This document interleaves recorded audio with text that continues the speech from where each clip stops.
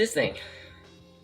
The first gen iPod Touch. Hold on, I actually came for this. Give me like 2 seconds late.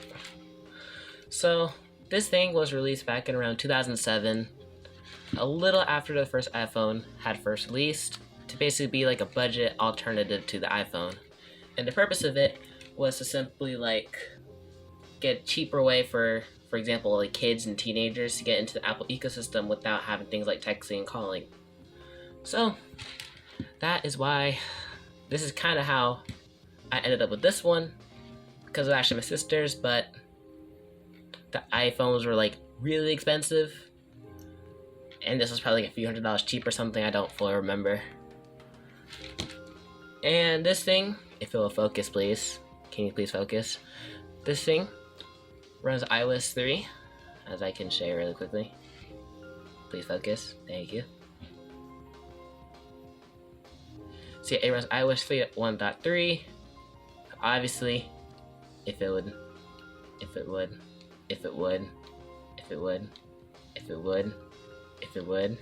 did it choke? Yeah, I forgot to mention, this thing is like really slow. Really slow. Okay, thank you. Yeah, it should not take that long. Because this thing only has around 128 megabytes of RAM. And for perspective, 3 generations later, the 4th generation has double that, at around 256 megabytes. So, I have no clue about this thing sold, but the real question is it really worth still using in 2024? So, obviously, the main downside about this thing is that it has 0 Bluetooth compatibility, which honestly, I have no clue how many devices really use Bluetooth back in 2007. But the best part about this thing, it has a headphone jack. So, obviously, since I'm too lazy to go grab a pair of headphones, I'm just gonna test out things like scrubbing and just loading music. So I'm just gonna go to a different playlist, and the UI feels surprisingly smooth, considering how slow this thing is. So I'm just gonna go to my playlist over here, and I'm just gonna play. Okay, maybe not that song. Okay, there we go. And another thing I'd like to mention is that this thing has absolutely 0 speakers. So all that we can really tell is how fast the songs load. And honestly, the song didn't take that long to load. So I'm just gonna go, if it will focus, thank you. I'm gonna go down to Doomsday. That took a few seconds to load, but honestly, it's not too bad. But I can definitely see it becoming kind of a nuisance when trying to transition between songs. Now the real question is, how good is that scrubbing? I said, okay, so let's go like, wow, that took a few seconds, but to be honest, it's not that bad. Especially considering you find things like eBay for like $10 or $20 now. But I would go grab a pair of headphones, but once again, I'm too lazy, don't really get up. But the audio quality is still very great, considering it has a wolfson audio chipset, which provides actually pretty solid audio feedback. But one more question that I'm sure everybody is curious about is, how does the game? So I'm going to start off with something a little bit lighter. Okay, NFS Shift 2. And then afterwards, I'm going to try the Asphalt 6 demo. Yeah, the demo, because I'm too lazy to wait for the full thing to actually download and install. Because on these jailbroken devices, there's no app store, right? So you have to find the IPAs online and install them using a Windows app, or I don't know, the Mac alternative. But on Windows, we use an app called App Manager. Basically, if you have a jailbroken device with the AppSync package installed via Cydia, you can install cracked IPAs and things like that. And remember, these things can't even connect to the App Store, so what's the point in trying to restrict yourself to not even trying to download IPAs in the first place? But without further ado, let's just try and launch NFS Shift 2. No. Actually, you know what? Yeah.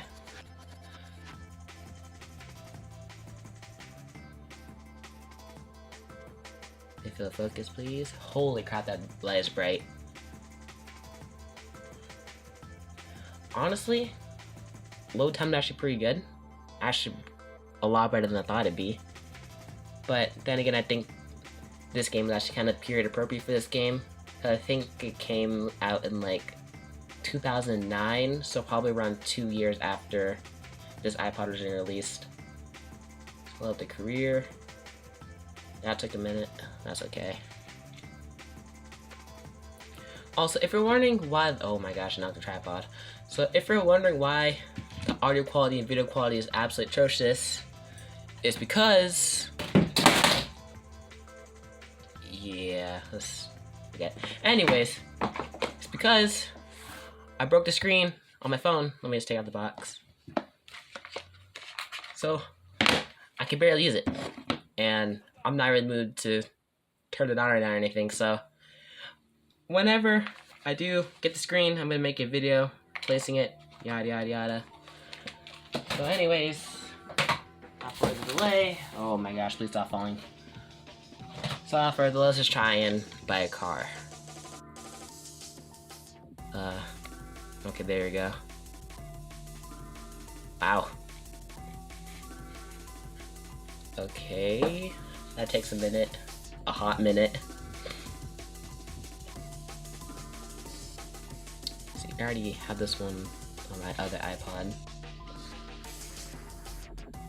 Jeez, it takes a minute. So, I think I'm just gonna get the Golf this time.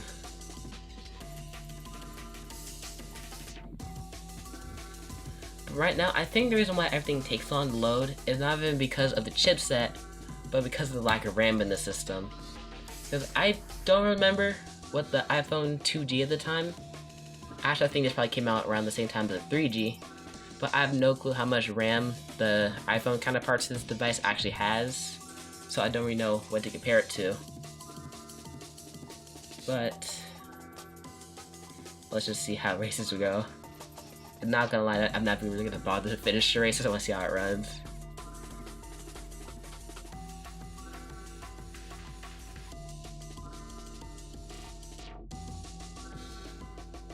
Jeez, it took a minute. The tilt controls are holy lag.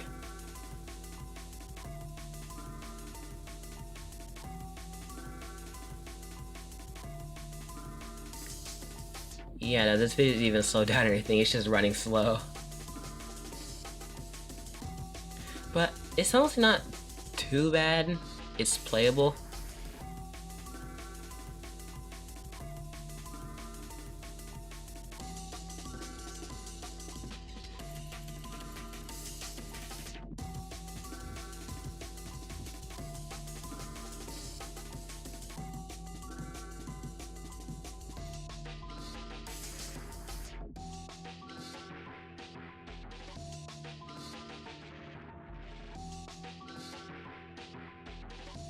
Yeah, it came out in 2010. Which, yeah, I'm not gonna bother to finish this race. So, just before we start Asphalt 6, I just want to mention Asphalt 6 came out in around 2010, or 3 years after this iPod had originally released. So of course, it is natively supported without any tweaks or anything like that. But, since it is still the first generation iPod Touch, it's going to be very slow. Especially considering the fact that in 2010, this iPod came out, and it's like far faster, with like double the RAM. And I believe it even clocked.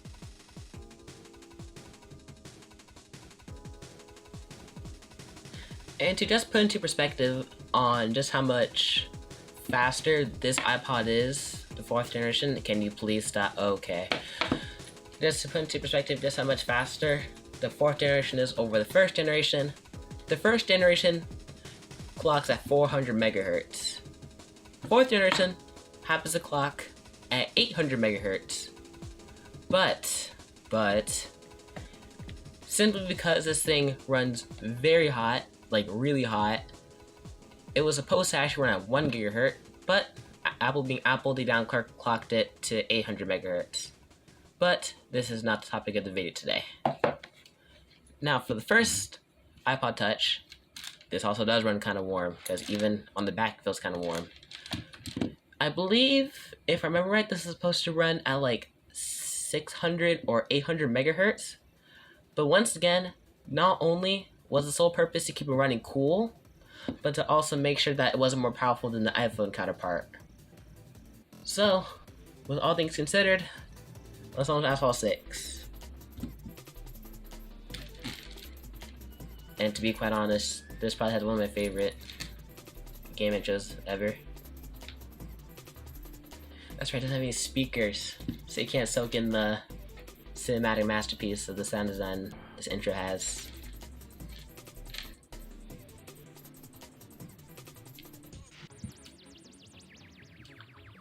Okay, video playback is actually pretty alright. See, this camera did suck. The video quality is actually pretty alright on the iPod.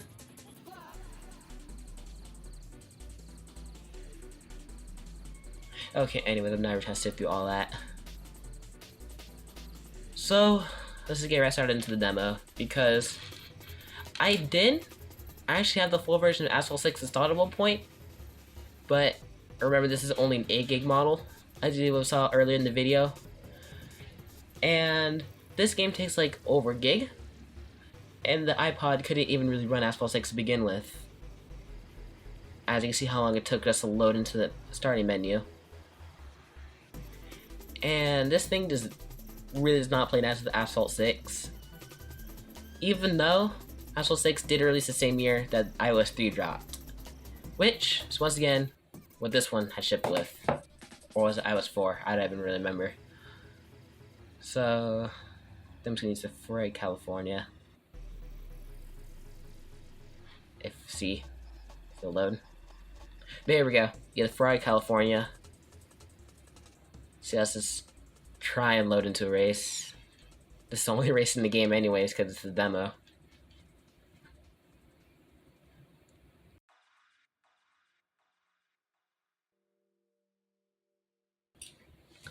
Okay, finally loaded. But yeah, the GPU in this thing, even when the GPU for this thing had first even came out, I don't remember, but I do believe that this was underpowered even when it actually released. And actually, it runs better than the last time I remember playing it.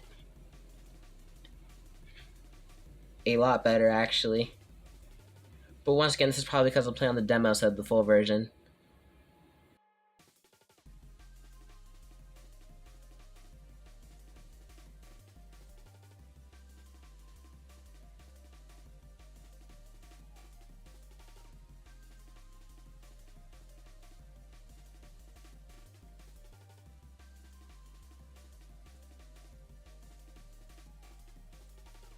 So, as for the performance, what did I really think of the device? It's a great music player, but it's honestly a horrible gaming device. Well, that's not the right way to put it. It's a horrible retro gaming device, because if you want a music player, like I was originally using this as, it's great at it, but it does take a minute to load songs and to script new songs as well. Honestly, if you're willing just to pay $10 more, I would highly recommend just getting this iPod to begin with, because it has a huge leap in power compared to the first generation, and I believe these devices are only a few years apart. So essentially, within 3 years, you're able to get double the raw performance, especially for like $20 I got this for. I still think that it's just not really worth it to get in a device like this. The only reason I would really consider getting this device is if you're on an app like Mercari and they sometimes give you like $10 credits or something. So you can use those credits and kind of get one of these for free, because these things go for like $5 on Mercari or something. And most of the time they work, but the thing is, with old devices like these, you don't know how much they've actually been used and how much they've been intensely gamed on like this one. So, more often than not, you're probably going to replace the batteries on these. And sometimes, if you don't replace the batteries on these, they tend to, you know, have terrible battery life, the battery could expand, etc. And also I'm going to show an example on what I mean by trash battery life. So as you can see, I have my iPod Nano right here. This was actually my first personal iPod. But when I got it, the battery life, it at least lasted for a few seconds when I first got it. But a couple road trips and a couple flights later, the battery is entirely shot now. And when it's unplugged, it dies. Smash Pad is still going. But regardless, I'm very fortunate that this iPod hasn't been plagued with something called the black spot. Which basically means, the black spot means the battery has expanded. Well, maybe not that much, but it makes it very hard to actually replace the battery on the device to begin with. Because in order to actually replace the battery on this thing, you have to slip the entire device out of the shell in order to get to the battery. But that's not as big an issue for this device because it's almost like most somewhat modern devices to begin with. Especially since it's an Apple device, it opens from the front. I'm not entirely sure on how difficult it is to replace these batteries on the iPod, but I remember looking at it for my mom's second generation and get to solder the connections back on for the new battery. So I believe it is still the same thing for this iPod, and unfortunately, maybe for this iPod as well. But I really hope not, because I daily drive this. So, all said and done, I hope you enjoyed today's video, and I'll just see you later.